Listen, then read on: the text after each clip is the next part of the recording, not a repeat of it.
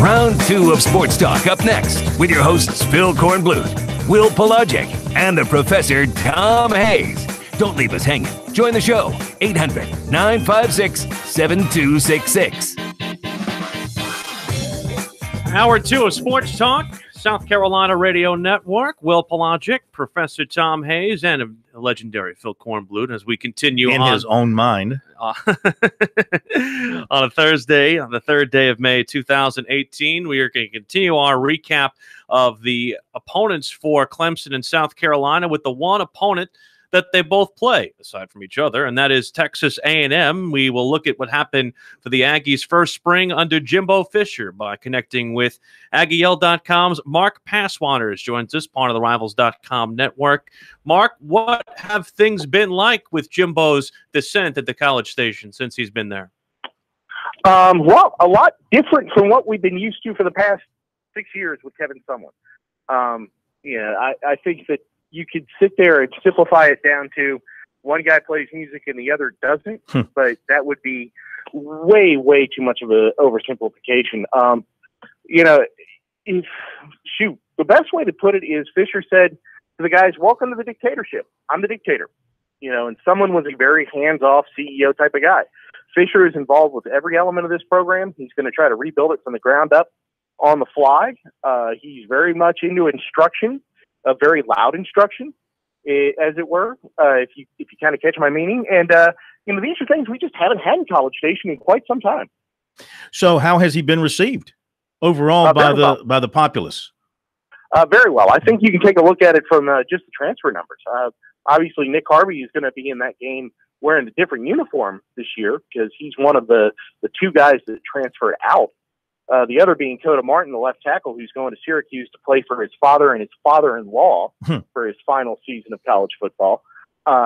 So I think that you can see the buy-in right there. Everybody pretty much got a chance to talk to him, got a chance to find out what he was about well before the spring practice started. And the buy-in has been very strong. I was impressed because, obviously there's only one guy that is on that field right now who you can really say is a Jimbo guy, and that's the tight end that they brought in from the JUCOs that was there this spring. Outside of that, these are Kevin Sumlin's guys, and they were all very much in tune with what Fisher wanted. The effort was very, very good. Honestly, I thought that they acclimated better, especially on offense, than I was expecting. So, a lot of positives in that respect. I really would have thought that there would have been at least some muttering when you go 180 degrees, but there really wasn't. Yeah. So when you look at this team coming out of spring, did Jimbo come in and just wipe the slate clean and change practically everything, or how much of what Aggie fans have seen in the past remains in place? Well, I think if you had sat there and you watched the first practice and you saw who went out there, it was pretty much the same group of guys that were out there with someone, with a couple of exceptions. One, you had a tight end, Jay Sternberger, who I mentioned earlier. Tight end has been a foreign concept for half a decade. So they had one of those, and they had a fullback. And that's another thing that was different.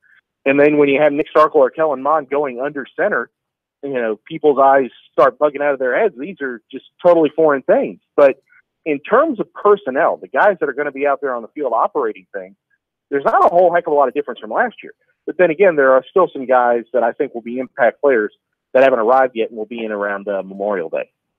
Now, when you look at this football team, no matter who's coaching it, I think the fans, just in my humble opinion, watching Texas A&M, it was college football's version of Groundhog Day. You knew what you're going to get. They're going to start off strong, and then by the middle of the season, you see some chinks in the armor, and then suddenly they fall by the wayside. Have they mentally addressed what this football team has been through? So talented, yet they start out so strong, and each year seem to fizzle down the stretch. Well, it's great that you mentioned that, because that was absolutely the first thing that Fisher addressed was toughness, physical toughness and mental toughness. He went out, got Oklahoma's strength and conditioning coordinator, one of the best that's going. Certainly, if you take a look at what they've done in the NFL draft the last decade plus under Bob Stoops. But basically, it's been a mindset thing. I asked him point blank in one of his first press conferences, you say you want to make them tougher. How do you do it? And he said, well, if they make a mistake on a play, you make them do it again. And you make them do it again. And you make them do it again. And you make sure that they do it not just until they do it right, but do it and they like it. They like the physical element of things. And certainly we saw a lot of that expletive deleted, do it again, in the short period of time we would get to watch practice on a daily basis. He's certainly an instructor, and he really needs to implement that more physical mindset. There's an active quarterback competition right now in College Station. Mark, how would you handicap what's going on between Nick Starkel and Kellen Mond? Yeah, I'd say it's about dead even at this point. Obviously, South Carolina fans saw Mond last year when A&M came back and won that game 24-17. A lot of that had to do with Mond's legs, and obviously his athleticism helps him. But Starkel was the far superior passer last year, and it wasn't close. But Mond seems a lot more comfortable this year. I think that Fisher is light years better for him than Sumlin and Noel Mazzoni. I think that they actually were a detriment to him, certainly messing with his motion the way they did. Fisher has been a lot more hands-on, been a lot more instructive, and he looks like a much better quarterback. Starkel also looks better. If you take a look at the spring game, I think you'll see, basically how both guys are. Starkel threw for 373 yards and 2 touchdowns. He threw for a lot more yardage, but he also threw a critical interception, which ended up costing his team the game. Mond, on the other hand, got much better as the game went on, ended up 19 of 26 for 180 yards, and he threw 3 touchdowns and didn't turn the ball over. So you take a look at Starkel, he's the classic pocket quarterback, got the big arm. I think that Fisher's first instinct was he was going to be the guy, but Mond has definitely made it a competition, and I don't think they're going to have a real idea of which way they're going until probably very late in the summer. Mark, 2 quick questions. What can South Carolina fans expect to see from Nick Harvey? And I know you have another game to play before you get to it to open the season, but the anticipation of the Clemson visit out there, has that started to build among Aggie fans? Well, first, I'm not really sure we can get out of Nick right now. He's coming off a missed season. He tore his ACL in the spring game. A scrimmage in March of 2017 and never returned. He was probably going to be a starter had he not gotten hurt. Nick's a real athletic guy, but he has been dreadfully inconsistent as a corner. He'll make some great plays and he'll make some horrible ones. Ironically enough, I think that one of the best games of his career was in Columbia 2 years ago. So if he plays like that, he'll be a solid player for the Gamecocks. As for the Clemson game, yeah, the buzz has already started. People are talking about 100,000 for that game. Using that as a measuring stick. I don't know if that's really fair to this football team, because obviously Clemson's going to come in. They're a top 5 program. They're established and really good. I think this team is still developing, and they'll play their better football October and November. I think that the best gauge for them in terms of talent will be Clemson, but in terms of being a football team will probably come down to later in the year against Mississippi State and LSU. Knowing the Aggie fan base as I do, you say John Chavis' name. Usually it was followed by an expletive. What has Mike Elko done to solidify that defense and stabilize things? Well, it's kind of interesting. A lot of the same guys are out there, but the biggest difference is how they're operating the 4-2-5 scheme. Chavis used a safety, Donovan Wilson, or a corner, largely as that the third guy on the second level. Elko isn't. He's using a linebacker. Either Buddy Johnson or Ikenna Okeke is out there on the edge. He's looking for a bigger guy, somebody who's more capable of either getting the running back to the ground or getting into the backfield, shaking off a block and getting to the quarterback. So that's his plan of attack as opposed to Chavis, who just was looking for pure speed. So you got that. And I think that honestly, Elko's got a little more faith in his guys than Chavis did. Chavis would start off as an attacker and then get more conservative as the season went on. And that was probably detrimental to him. With South Carolina and Clemson both playing, the Aggies will be seeing and hearing a lot of you, Mark. But we appreciate the time as always, and we'll talk to you closer to the season. Okay, take care, guys. That's Mark Passwaters. They got to fix that defense. It's hard to believe, but under John Chavis, that defense was as poor as it was the last couple of years. Literally, his name was synonymous with an expletive. They could score. They still had a great offense. We'll check on what the Paladins had to do this spring when Clay Hendricks joins us next on Sports Talk.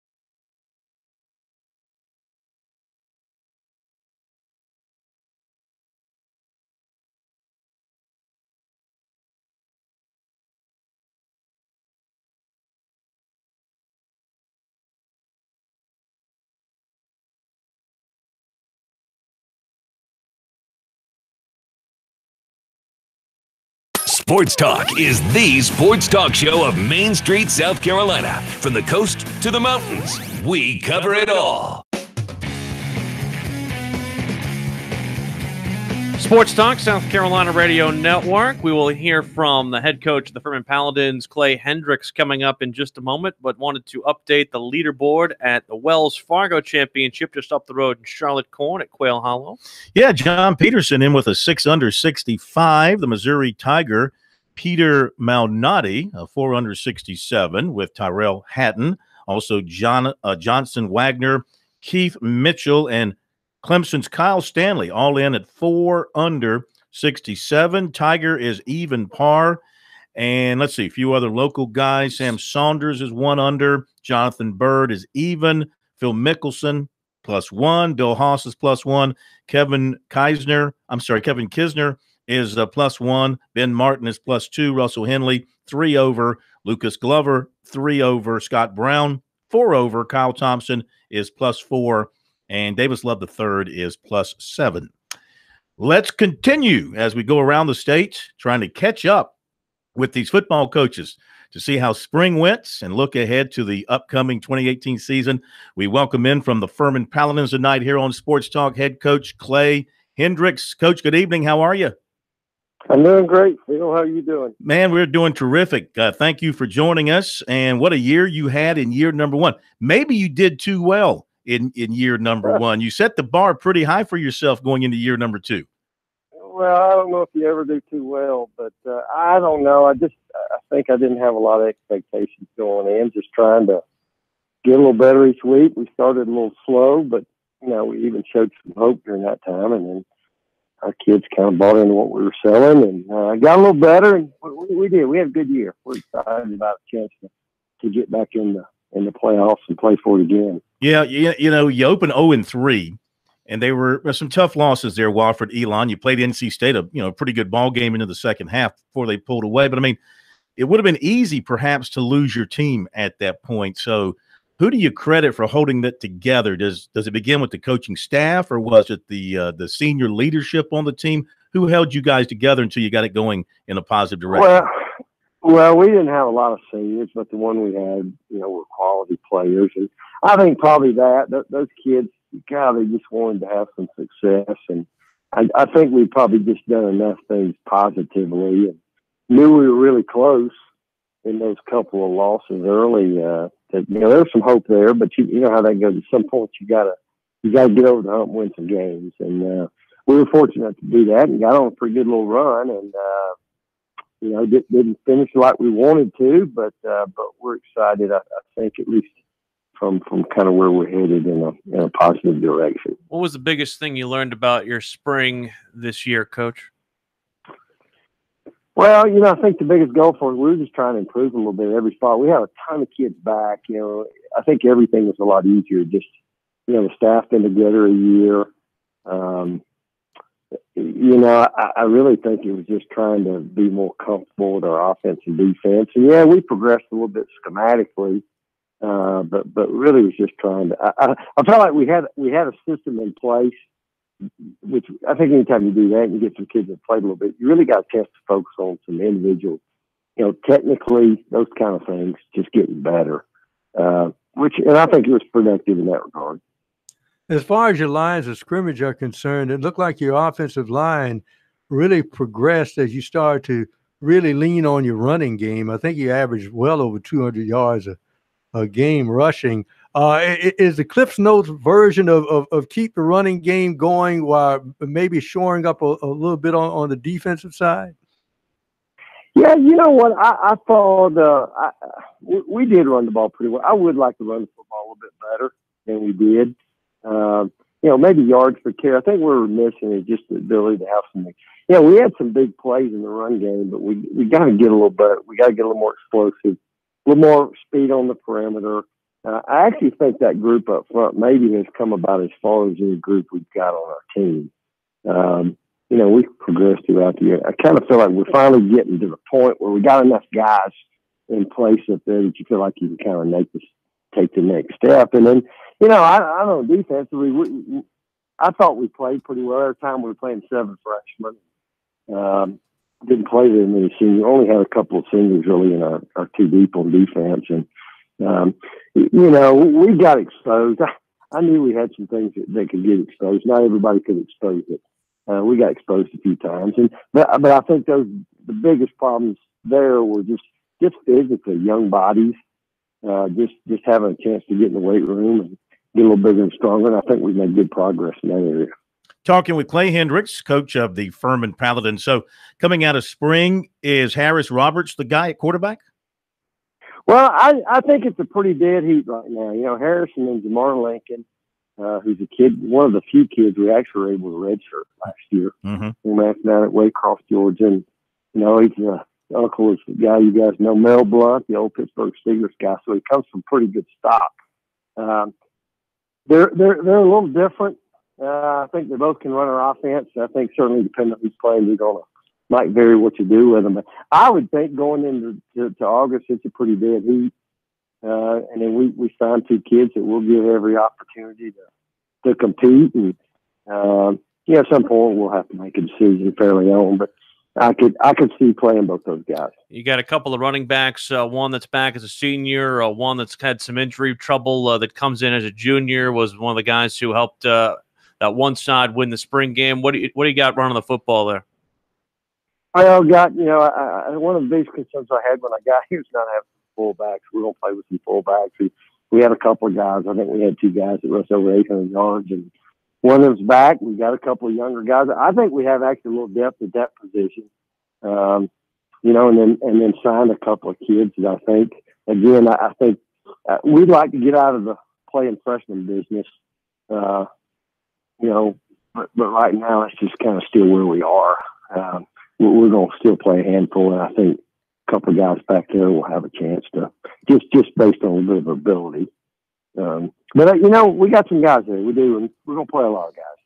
Well, I want to congratulate you on convincing your athletics director for scheduling Clemson to open your 2018 season in Death Valley. I'm assuming that game's in Death Valley. That would be my best guess, that it would be in Death Valley. Yes. So that is correct, and for not nearly enough money. That was done well before he got here, and I told him I didn't know what was worse, what they offered us or what we agreed to. Well, I want to be the first to wish you good luck. Out right off the bat. I want to wish you good luck on that one here. Be the first one to do that, but certainly that's something that motivates your guys here in the off season in the summer when you put the tiger paw up on the wall and says, guys, that's what's waiting for you in a few months. Well, it is. I have no question. Our kids would be excited to go over there and play, and I'd be really disappointed if they'll go and just compete their tails off. I think they will. I think our staff will do a great job of giving them a plan that they'll have a chance to go and execute. And, at the end of the day, that's all we can do. If we can go play well and try to find a way to hang in there. You never know. Certainly I've been over there a number of times.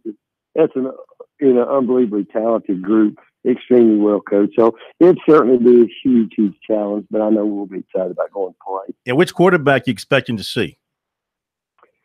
I think we'll see both of them. I told they got like four, Coach. Yeah. Well, the reason I say that, I told one of our guys the other day, I said, I guarantee you we'll see the freshman pretty early because I think they'll stick him in there against us and see what he can do. He's a pretty good player, but they got some pretty good choices.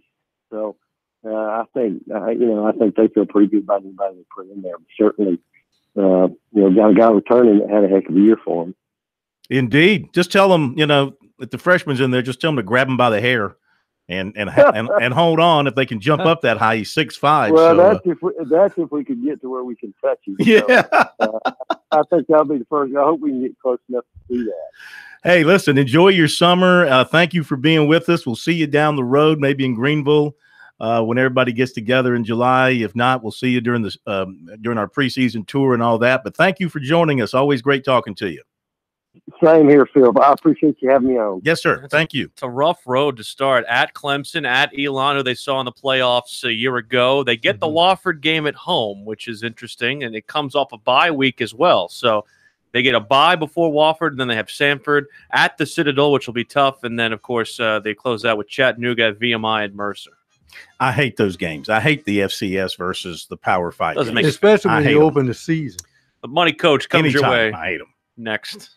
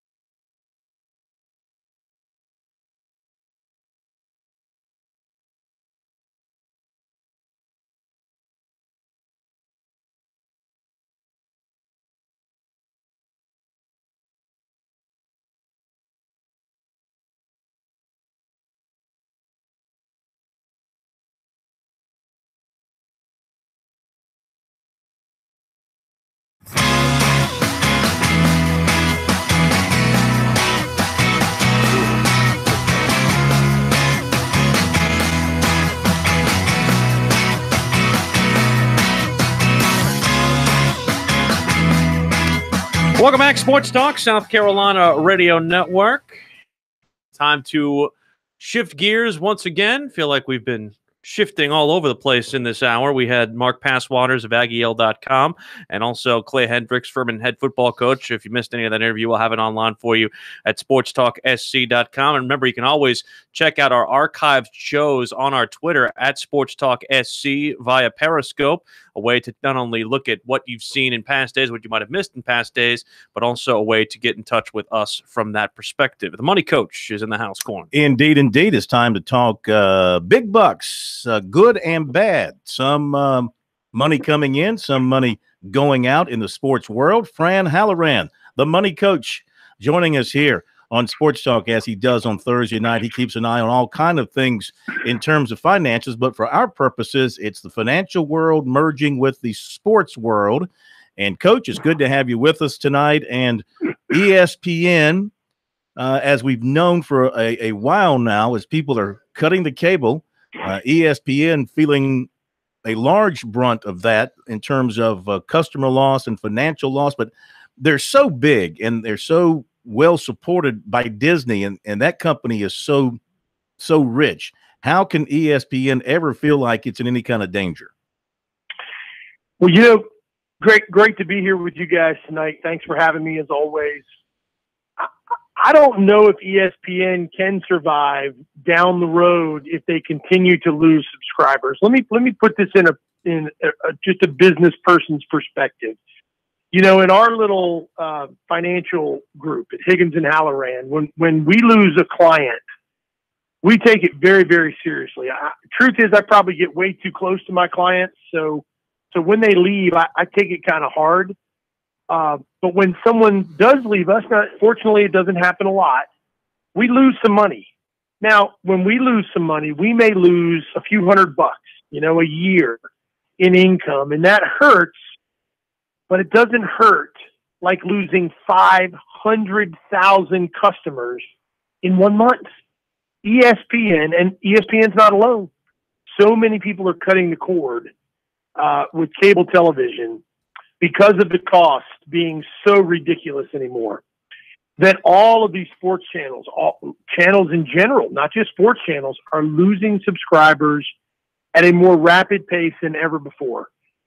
ESPN lost 500,000 customers in April. Now, let me throw the money in here.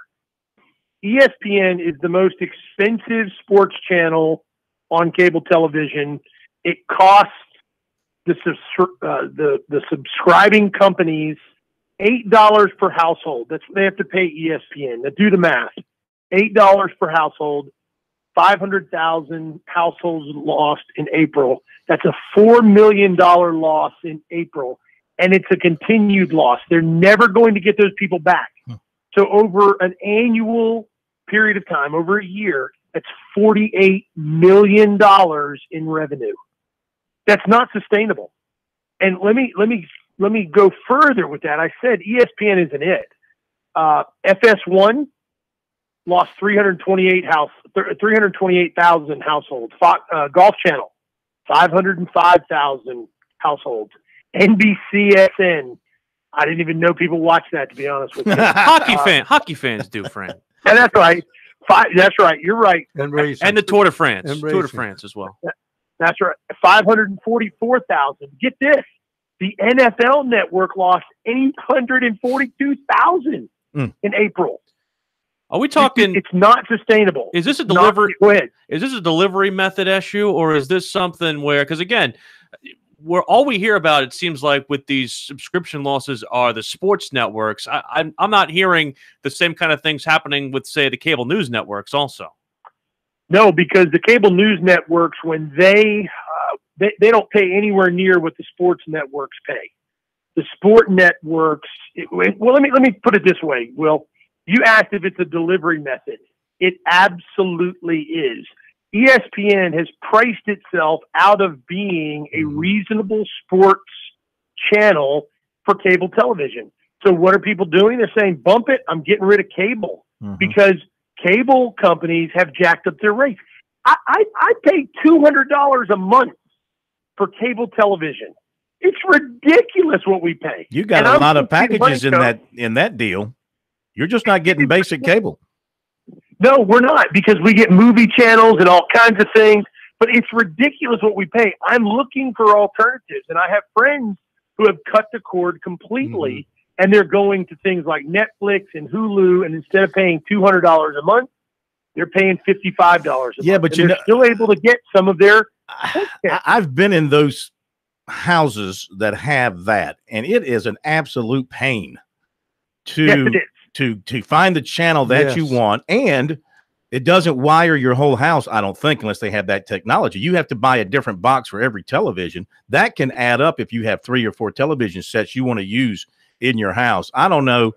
I'm with you. I mean, the convenience of, I'm a DirecTV subscriber, whole house wired for that, and everything flows throughout all the televisions in the house, and I kind of like that. Same with us. Me too, and it's easy. Go ahead, Pro. I was about to ask you in your feeling, because I've said for years I thought ESPN was playing the gouging game. They're killing everybody, but here's the other key. What about the behavior as we get more of the kids who grew up? See, when I grew up, we had what we called appointment television. If you wanted to watch Gunsmoke, you stayed up 10 o'clock on Saturday night and you watched Gunsmoke. Watch it. younger adults now, I pop it in. I go to on demand when I want to see it. I don't have to wait for you. And so how much of that is also just the behavior of the viewer now as it changes? I think on demand has certainly made this problem grow exponentially. But I'm going to go a step further, and I'm going to tell you that most of the programming on ESPN does not appeal to me one bit. There you go. I yearn for the day when Boomer was just on there in his little yellow jacket with the ESPN in the back, and all they were doing was reading scores and telling me what was going on and giving me some good highlights. Yeah, we were talking here. Hollywood. We were talking here. Is it the delivery, or is it, when it comes to ESPN, is it the content? I mean, I think it's the content and the delivery. As big a sports fan as that's why they're going to go broke. Yeah, as big a sports fan as I am, I can't sit there and watch all those talking heads regurgitate the same stuff 18 hours a day. I mean, I'm there for the games. You know, ESPN buys the games. They own the leagues, or they're partners with the leagues. And so that's where we get our games now. And that's why it's important. Right. It's everything in between that loses me. And I think they've ruined SportsCenter for me and my type of sports fan that I am. It's not a good watch for me. Now, maybe somebody else who is not into sports like I am enjoys the way they present it, but it's not my style. Was the interesting thing. Not my style either. Yeah, the interesting thing about it, the way you guys talk, the closest thing to old ESPN is to go and just watch the highlights over on the SEC network. But if you're if you're a sports network and you're not appealing to a guy like me, except for the games, what does that say about your product? You consume sports. Well, we all consume sports. The three of us, we consume sports probably at a more rapid pace and a more larger pace than probably the average sports fan does. Agreed. But Will, let me ask you this, because I know we're running short on time, but Will, you're a little younger than the rest of us. Does ESPN still appeal to you? On its daily programming? No, it does not. There you go. And that's why I'm saying I don't believe, even with Disney's backing, it's sustainable. They're going to have to make changes, because no business person in the world can look at $48 million lost and say, oh, it's okay, we'll back it up with our big guns at Disney. Yeah, you would because think if they lose another, you would do the math. You would think the suits in that operation are getting a little bit tight over that kind of loss, you know. Hey, toss your money out there and your number. Well, hey, guys, if people want to get in touch with me at Higgins and Halloran Financial Group, it's really easy. 888-779-2557. That's 888-779-2557. We are here to serve you and to help you be intentional with your money. Thank you, Coach.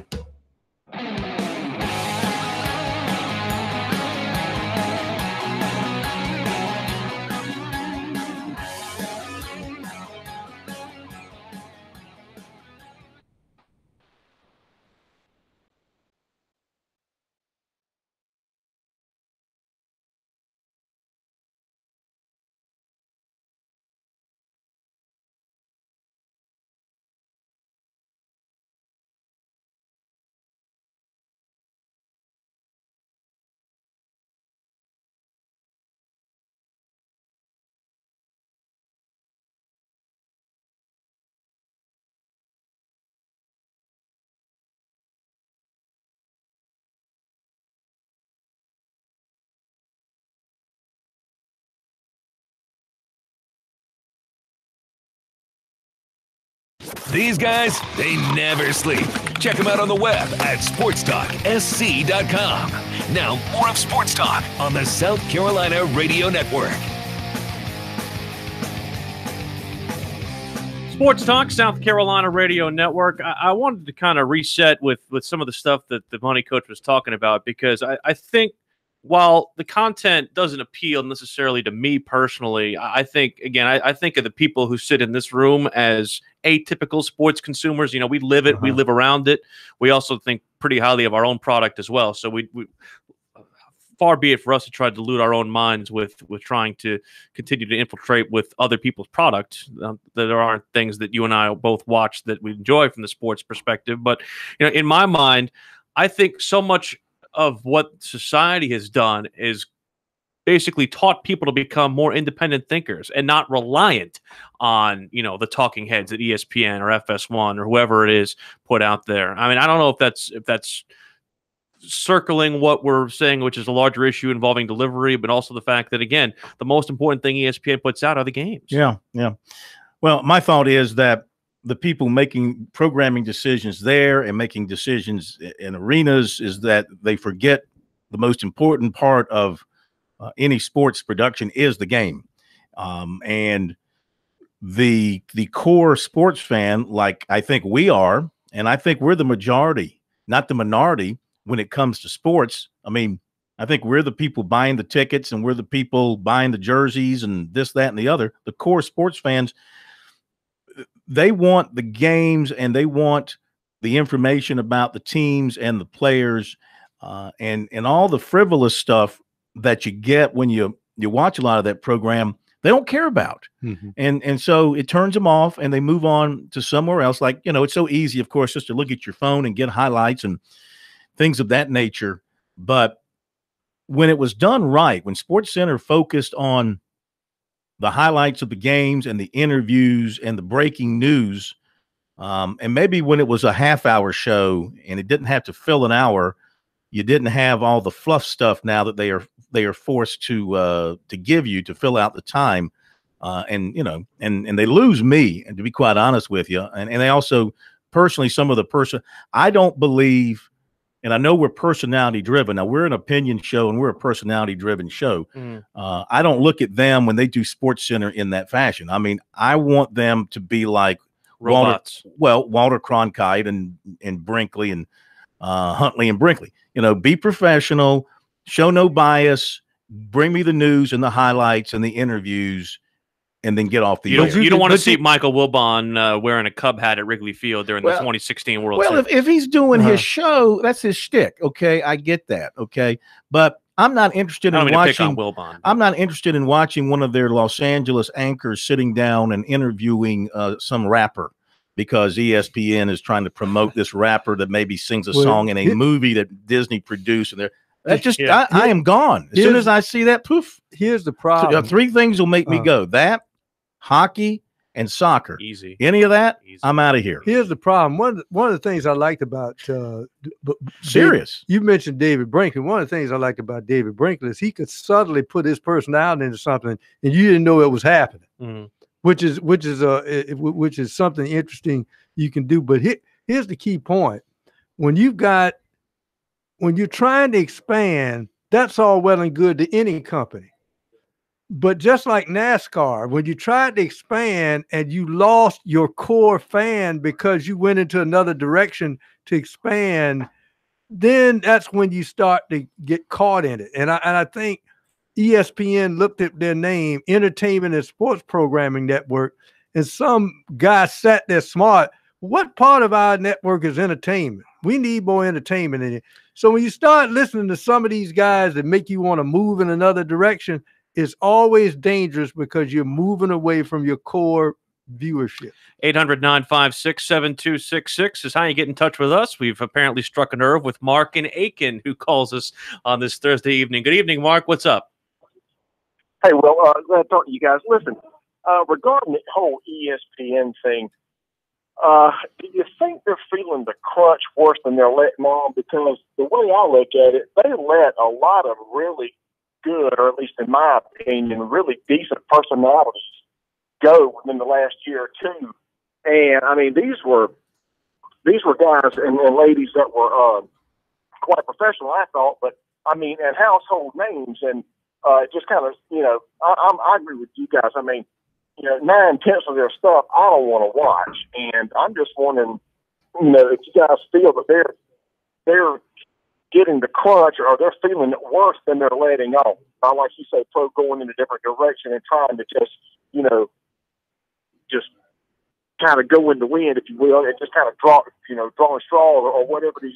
Trying to grab at a bag, trying to get something going with this thing. And your thoughts on that? Thanks. Well, I mean, I think, again, the reasoning behind them letting go of those people is twofold. Not only is it the subscriber thing, but it's the fact that ESPN is paying the kind of money towards the rights fees of these particular sports, the NBA, the NFL, Major League Baseball. They're doing that at a rate that they've never done before.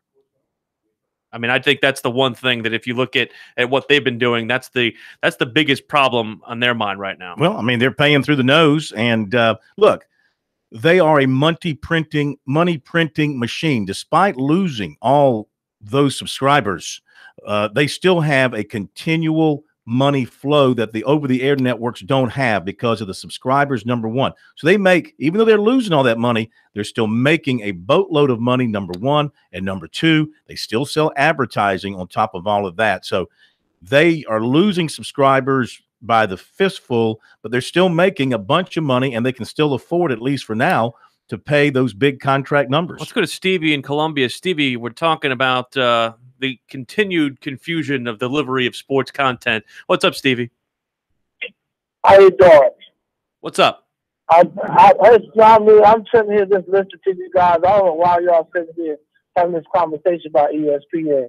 It has always been, and always will be, a watered down show. I mean, you might just go ahead and put Kardashians on there. Is this Cockett, by the way? Is this Cockett? Not Stevie. It's Speedy. He likes to call himself Speedy, but his real name is Cockett. Yeah. Go ahead, Cockett. Yeah, Can you just stick with your real name, Cockett, by the way? You're confusing everybody. I never liked ESPN.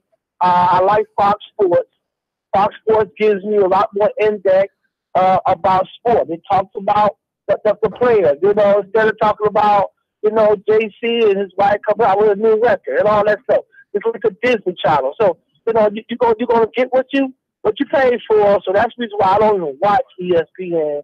For one thing is because it takes away my the view about the sport and about the person who's playing it.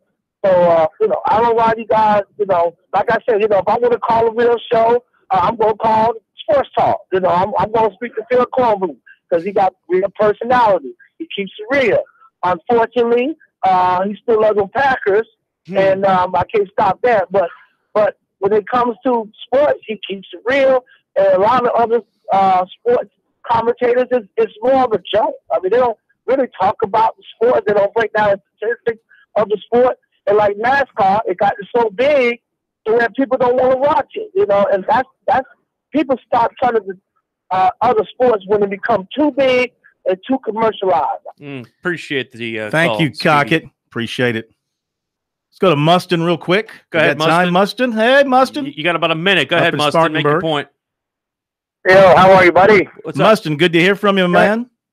You too, guys. Hey, since y'all talking about ESPN, I watch it every morning for about roughly about 17 minutes. I'll watch it the first portion of it, and then I'll watch it through the first commercial break, and then I'll watch a little bit of it, and then because after that it's all repeat. They'll show a dunk at 5 different dang angles. I mean, really, I get so sick of that. I mean, just because I can't dunk, I don't want to watch somebody else dunk at 5 different angles, and then they'll talk about, especially if LeBron played the night before. I mean, it becomes a 30-minute LeBron show, in 1 hour show. Hey, Mustin, listen, man, I've known you a lot of years. I didn't know you couldn't dunk. To look at you, your athletic build, your skills, my question is, how many different ways can you dunk it? Not that can you dunk. Our baseball weekend begins tomorrow with South Carolina and Ole Miss, Clemson and Florida State beginning Saturday. We'll have a whole preview for that tomorrow on Sports Talk.